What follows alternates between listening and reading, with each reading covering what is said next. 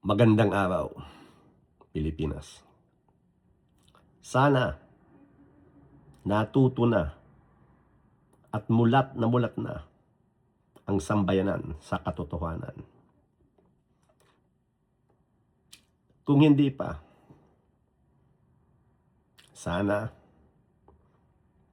matuto na kayo kung sino talaga ang dapat ilagay sa balota at manilbihan sa bayan ni Juan. May konting tips ako para sa inyo.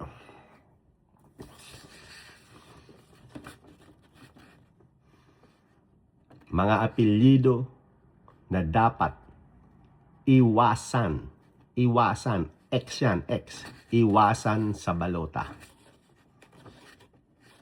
Ito, mga to, simula pa noon, ito, pahirap at kalagiman. Pahirap at paghasik lang ng lagim at pansariling kapakanan ang iniisip. Ito rin, itong mga to, puro kalagiman, puro kasakiman, puro kasakiman sa pera, pansariling interes, at lahat-lahat na. Ito, panakanaka, mag-ama, pero ganun din, pansariling interes din.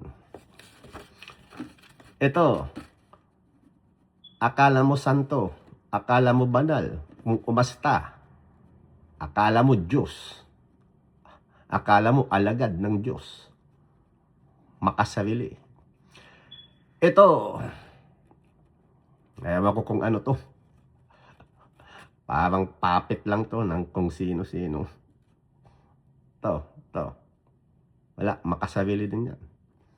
Akala mo matalino, pero sa maling paraan ng ginagamit ng katalinuhan ito. Po, iwasan sa balota.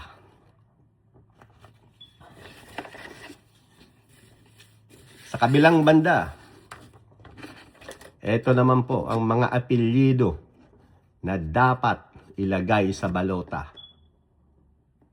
Dapat ilagay sa balota. Number 1, si Leni Robredo. Hinog na po yan. Track record. Criteria. Number 1 po yan. Doon tayo